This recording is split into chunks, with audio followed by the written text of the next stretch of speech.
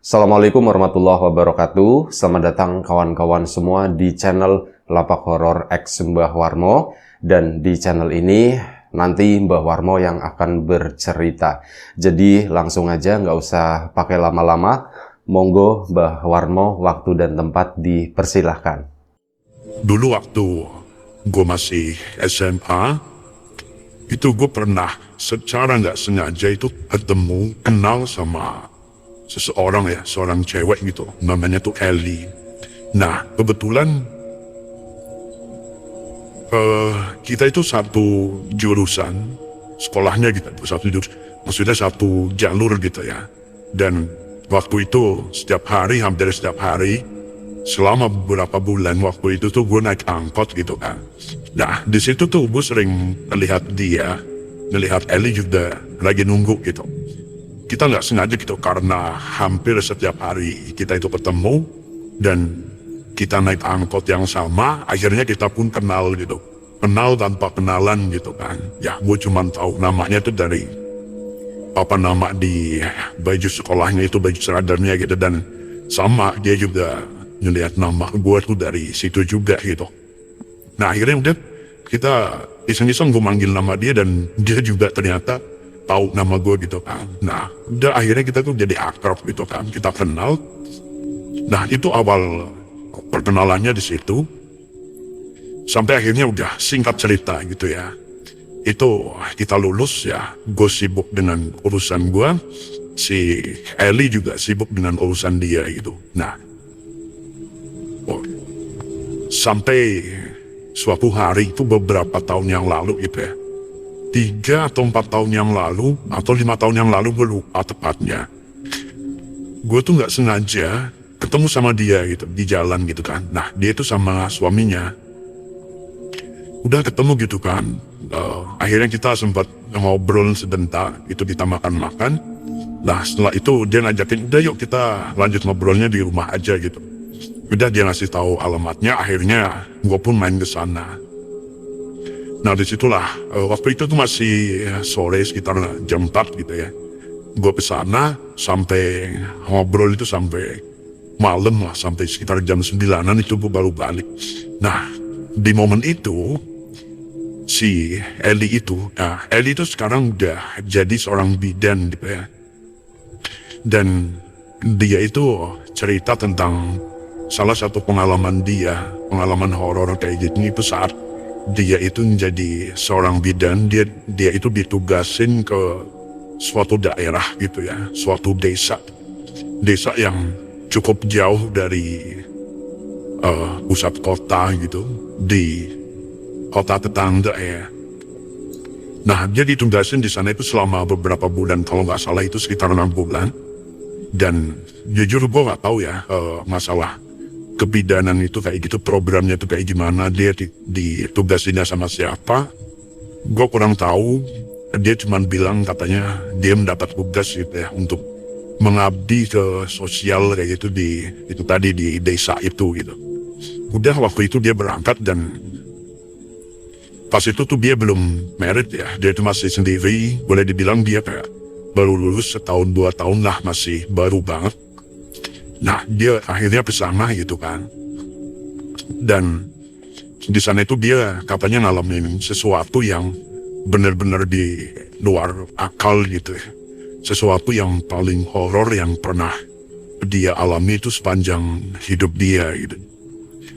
Jadi di situ, di desa itu, desanya tuh letaknya di kayak tengah-tengah persawahan gitu ya. Jadi kanan kirinya itu semuanya itu sawah gitu ya, sawah yang emang cukup luas. Nah, itu tuh desa tuh di situ gitu, dan rumahnya tuh gak terlalu banyak ya, mungkin sekitar 50 atau 60 kakak aja gitu. Nah, udah dia di situ, akses masuk jalan ke sana juga waktu itu tuh nggak terlalu bagus, jadi masih udah di aspal, tapi aspal sawah gitu ya. Aspal kalau di sawah itu kan cepat hancur jalannya gitu kan. Nah, udah dia stay di situ, rencananya dia akan tinggal itu sekitar 6 bulan kalau nggak salah di sana.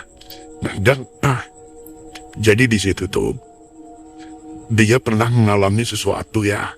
Di desa itu tuh ada sepasang suami istri gitu. Ada sepasang suami istri, namanya Kusno sama Yuni. Ini nama gue udah samarin ya. Gue udah ganti, agak mirip sih tapi itu udah gue gantilah namanya, nggak enak kan kalau misalnya gue pakai nama asli. Nah namanya itu Kusno sama Yuni. Mereka itu udah nikah kurang lebih sekitar 6 tahun, tapi mereka itu belum dikaruniai Anak gitu ya. belum ada rezeki anak gitu ya untuk mereka itu. Nah, segala upaya katanya sih udah dicoba gitu ya. Ke tradisional udah, ke medis juga udah, tapi hasilnya itu masih nihil. Tapi di situ nggak diceritain ya penyebabnya itu apa. Si B dan Eli itu nggak cerita gitu. Ya udah, singkat cerita gitu ya, tiba-tiba suatu hari gitu ya, istrinya si Yuni itu, dia itu mengalami beberapa gejala itu yang mirip kayak orang lagi hamil gitu ya, kayak perutnya mual, terus dia bawanya tuh pengen muntah kayak gitu, badan nggak enak, pokoknya kayak orang-orang lagi awal-awal hamil kayak gitulah. Dan dia juga udah katanya udah telat menstruasi gitu kan. Udah Kusno sama Yuni sama keluarganya otomatis seneng dong ya, mereka bahagia akhirnya mereka itu dikaruniai anak gitu kan. Dan waktu itu sempat dilakuin tes juga, dia itu pakai satu produk untuk yang tes pack itu ya, dan memang hasilnya itu positif kalau istrinya itu hamil gitu kan. Udah mereka tuh intinya bahagia aja sampai beberapa bulan selanjutnya, gue lupa bulan keberapa gitu ya, itu tuh istrinya tuh udah mengalami kayak hal-hal yang sedikit aneh gitu ya. Dan waktu itu tuh check up-nya ke Di dan Eli, tapi memang ya karena itu desa yang kecil, jadi perawatannya pun benar-benar seadanya gitu ya, ya standar kayak mungkin cek di bidan kayak gitu lah. Dan itu tuh kehamilannya tuh nggak pernah di kayak USG kayak gitu tuh nggak pernah. Jadi cuma kayak ya mungkin cek tekanan darah segala macam standar lah kayak gitu. Dan istrinya tuh dinyatain sehat semuanya ya. Sampai katanya suatu hari gitu, ini menurut si Kusno, itu istrinya tuh mulai agak aneh tingkahnya gitu. Jadi pernah suatu hari, satu masa, satu momen gitu ya. Dan itu tuh berulang-ulang selama beberapa minggu gitu. Ada kebiasaan istrinya yang baru, yang sebelumnya tuh gak pernah dilakuin sama istrinya. Jadi setiap bangun tidur gitu, istrinya itu dia akan menuju pintu depan rumah dan istrinya itu akan jongkok di sana gitu. Jadi jongkok ngadepnya keluar gitu. Itu tuh sebelumnya nggak pernah dilakuin sama si Yuni itu, tapi semenjak hari itu kayak jadi kebiasaan dia, kebiasaan baru dia, dan itu berlangsung selama beberapa minggu. Sampai suaminya itu tanya gitu, kamu kenapa sih Dek, kok jadi sering jongkok gitu. Ya si Yuni itu cuma jawab, nggak tahu bawaannya tuh pengen jongkok gitu, katanya enak banget kayak gitu. Ya si Kusno kan namanya cowok gitu ya, namanya laki-laki, mikirnya dia itu wah nanti nyeprot loh gitu, nanti nyeprot duluan gitu. Ya cowok lah mikirnya kayak gitu kan. Nah tapi ya itu dialognya bercanda gitu kan. Udah intinya itu ya, salah satu kebiasaan itu dia itu sering jongkok sendiri, jongkok di pintu depan rumah situ. Dan selanjutnya itu adalah ada satu keanehan lagi, itu memasuki bulan ke-6 kehamilan ya. Bulan ke-6 kehamilan katanya itu perutnya ngerasa sakit banget gitu ya. Dan badannya itu makin benar-benar nggak enak lah, takutnya tuh ada apa-apa gitu kan. Tapi ya ternyata semuanya baik-baik aja. Jadi sakitnya itu tuh cuman kalau udah malam hari ya, setelah maghrib gitu, Itu kurang lebih sakit itu sekitar setengah jam sampai 1 jam. Setelah itu tuh kembali normal. Dan pada bulan ke-6 itu juga, itu tuh pernah ada sesuatu yang bikin Kusno tuh heran-heran gitu ya. Jadi istrinya tuh, terheran-heran maksudnya. Jadi istrinya tuh pernah suatu malam gitu ya, katanya dia tuh bilang ke si Kusno kalau dia itu lagi ngidam gitu, tapi ngidamnya tuh aneh, ngidamnya tuh dia pengen joget gitu. Dia tuh pengen nari-nari kayak gitu. Ya si Kusno kan bingung gitu, ini nari-nari gimana caranya? Udah kalau mau nari-nari aja, kata si Kusno gitu. Nah akhirnya si Yuni pun nurut gitu ya. Jadi dia tuh bener-bener pengen nari dan ya mulai itu hari itu gitu ya. Setiap katanya tuh keinginan itu datangnya cuman malam hari ya. Gue nggak tahu jam berapanya gitu. Pokoknya menjelang mereka tidur. Jadi kalau si Yuni belum tidur, belum nari, dia tuh nggak bisa tidur gitu. Makanya mulai hari itu ya, dia itu sebelum tidur dia tuh harus nari dulu. Dan biasanya dia tuh nari sekitar 10-15 menit gitu. Ya udah dia tuh nari-nari kayak gitu, nari tanpa musik gitu ya. Tapi katanya kata si Kusno, itu tuh narinya itu luwes banget ya. Dan setahu Kusno tuh si Yuni tuh nggak pernah belajar nari kayak gitu, tapi entah dari mana istrinya tuh bisa nari gitu. Ya udah sampai hari itu gitu, si Kusno pun belum ada pikiran yang aneh-aneh gitu ya. Yaitu mungkin pikiran bawaan jabang bayi itulah. Mikirnya itu benar-benar simple banget, praktis banget.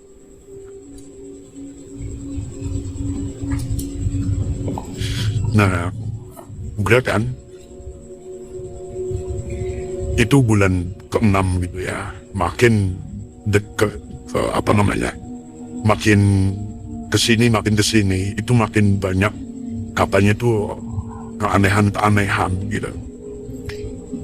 Jadi di menjelang bulan ke-7 itu tuh kalau misal mereka mau tidur gitu ya, tidur itu udah agak malam. Setelah mereka setelah si Yuni itu nari-nari kayak gitu, udah akhirnya berbaring gitu kan. Dan si Yuni itu udah kecapean gitu ya, 10-15 menit nari itu kan lama banget gitu ya. Itu nguras energi, akhirnya mereka itu tiduran gitu. Nah, beberapa kali dan katanya termasuk sering ya, hampir setiap hari, tapi nggak setiap hari, hampir. Jadi saat mereka tuh lagi tidur berdua di kasur gitu, itu kayak mereka ngedenger ada suara kroh kayak gitu.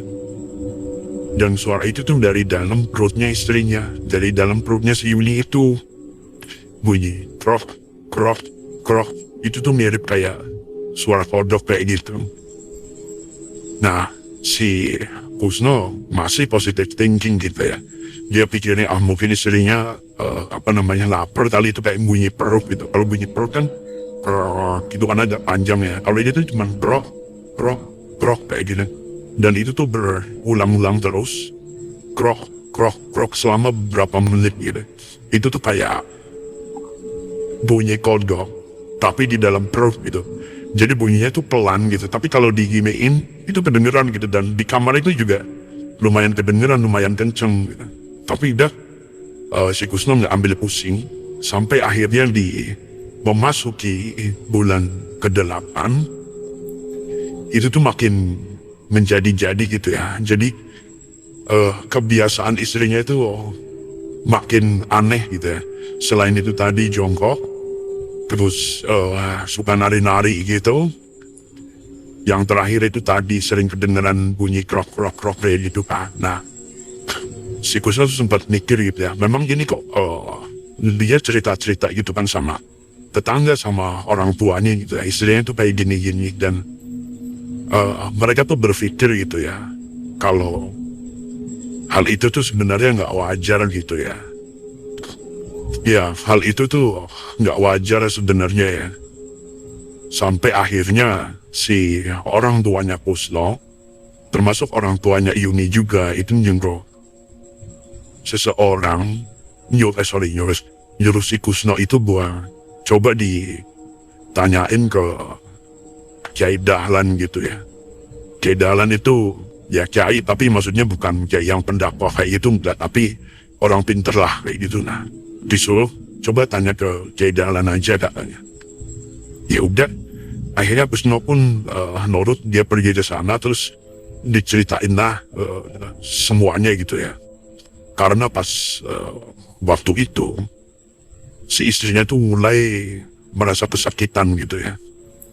Sakit banget katanya, dari perut tuh sampai atas, sampai dada gitu tuh sakit banget gitu ya. Tapi itu cuma sebentar, habis itu tuh hilang. Sama lagi kayak gitu. Dan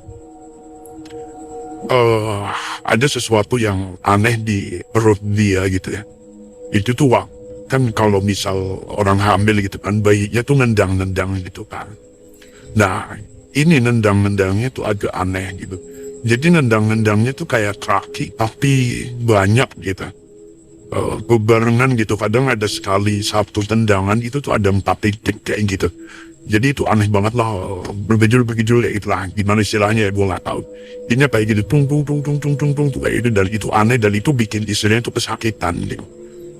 Akhirnya dia pun konsultasi ke Kiai Dahlan itu, dan Kiai Dahlan itu sempat datang ke rumahnya.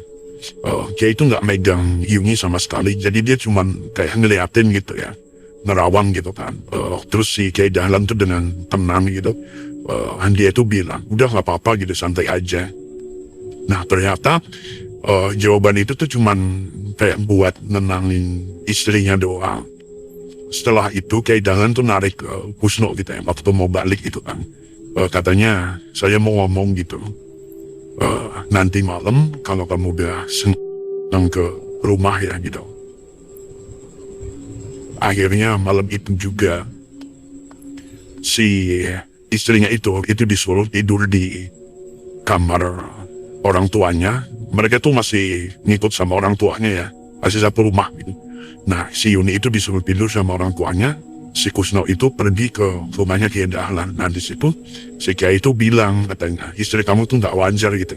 Ini tuh dia emang hamil gitu ya, tapi nggak tahu dia tuh hamil apa gitu katanya. Wah Kusno di situ kaget tinggi. Wah kok bisa kayak gitu Kiai gitu.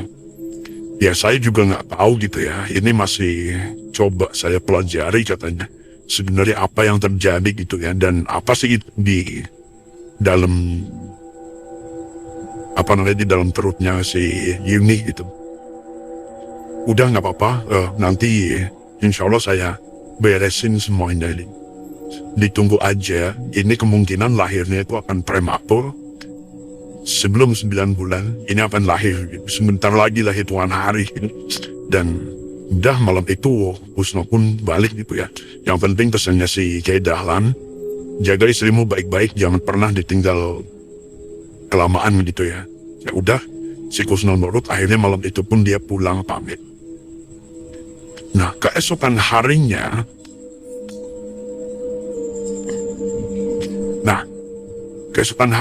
bener apa yang dibilang sama si Kiai Dahlan itu. Malamnya, maksudnya esok hari malamnya gitu ya, malam sekitar habis maghrib gitu, belum terlalu malam, istrinya tuh mules-mules gitu ya, dia tuh udah kesakitan gitu kali ya. Mas aku mau ngelahirin katanya. Ya udah, si Kusno ingat si itu ya, ingat si Kiai Dahlan itu, dan dia ingat pesan dia. Sorry tadi belum gue sebutin. Jadi si Kiai Dahlan itu, misal istri kamu itu mau ngelahirin, mau jam berapapun kamu kesini, jemput saya gitu kan ya. Saya undang saya ke sana, saya tuh mau lihat gitu. Udah akhirnya pas itu lagi udah mulai kesakitan kayak gitu, si Kusno minta izin gitu ya, mau ke rumahnya Kiai Dahlan buat jemput.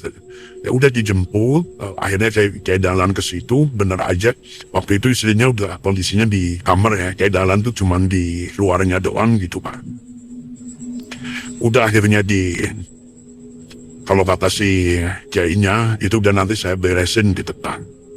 Ini pokoknya satu hal, kamu jangan takut, kamu jangan panik gitu ya. Jangan kasih tahu istri kamu gitu. Nanti biar dia sendiri yang melihat gitu.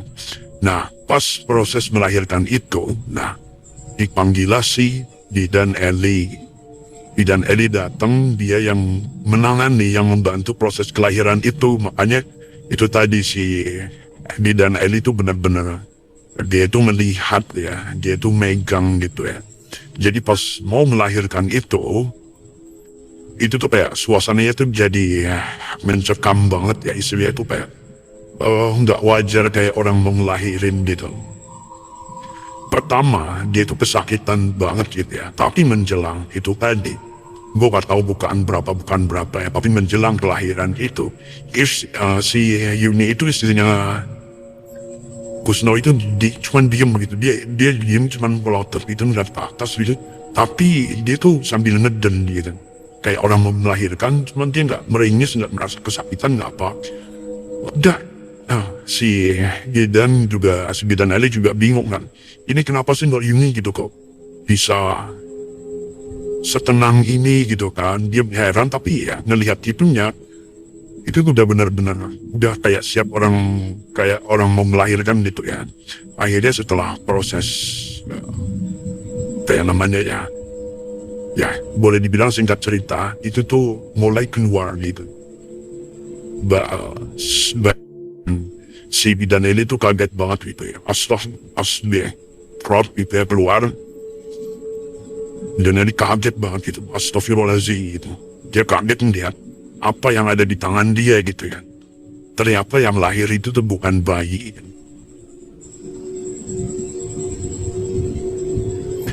Jadi yang lahir itu adalah 3 ekor katak. Katak segede-gede inilah, katak gede ya. Itu ada 3 ekor gitu ya, dan kondisinya itu udah kisut gitu ya. Sama katak itu tuh udah mati gitu. Jadi itu benar-benar bikin shock si Bidan Eli itu ya. Baru pertama kali dia menghandle kelahiran seperti itu ya. Bukan bayi yang keluar, tapi katak gitu. Nah, sebenarnya apa sih yang terjadi dengan Yuni itu gitu. Nah, sekarang adalah menurut si Jaidah kan, intinya si Yuni itu dia itu pernah santet ya. Dia itu disantet sama seseorang ya yang nggak suka dengan mereka, intinya kayak gitulah. Disantet lah, dikirimlah itu tadi kodok itu dimasukin ke perut. Dan untungnya harusnya kodok itu sampai 9 bulan itu akan lahir gitu ya. Kalau harus nunggu sampai 9 bulan, itu artinya kodoknya akan lebih besar dan itu akan sangat berbahaya. Makanya sama si Kiai Dahlan kodok-kodok itu tuh dimatiin gitu. Jadi pas kodok itu keluar, itu kondisinya itu udah mati itu. Dan alhamdulillahnya si Yuni pun selamat dan dia masih sehat. Tapi katanya sih sampai terakhir Bidan Eli di sana itu tuh sampai terakhir gua ngobrol sama Bidan Eli itu ya, terakhir itu ya, kabar terakhir yang dia tahu itu si Yuni itu sampai saat itu tuh belum bisa punya anak. Ya, gua nggak tahu ya alam apa yang sebenarnya terjadi, gua nggak tahu. Jadi kurang lebih tuh seperti itu, salah satu pengalaman dari Bidan Eli yang pernah nge-handle orang hamil. Dan hamilnya itu sebenarnya hamil kiriman ya, hamil santet gitu. Ya, saat dilahirkan ternyata itu tuh bukan bayi, tapi yang keluar itu adalah katak. Nah, terima kasih buat kawan-kawan yang udah mau nonton, udah mau dengerin cerita ini. Gue mohon maaf misal ada salah-salah kata, ada salah-salah penyebutan, atau ya ada kesalahan yang lain, gue mohon maaf ya. Terima kasih buat kawan-kawan semua yang udah ngasih support, ngasih dukungan. Jaga kesehatan kalian semuanya. Assalamualaikum warahmatullahi wabarakatuh.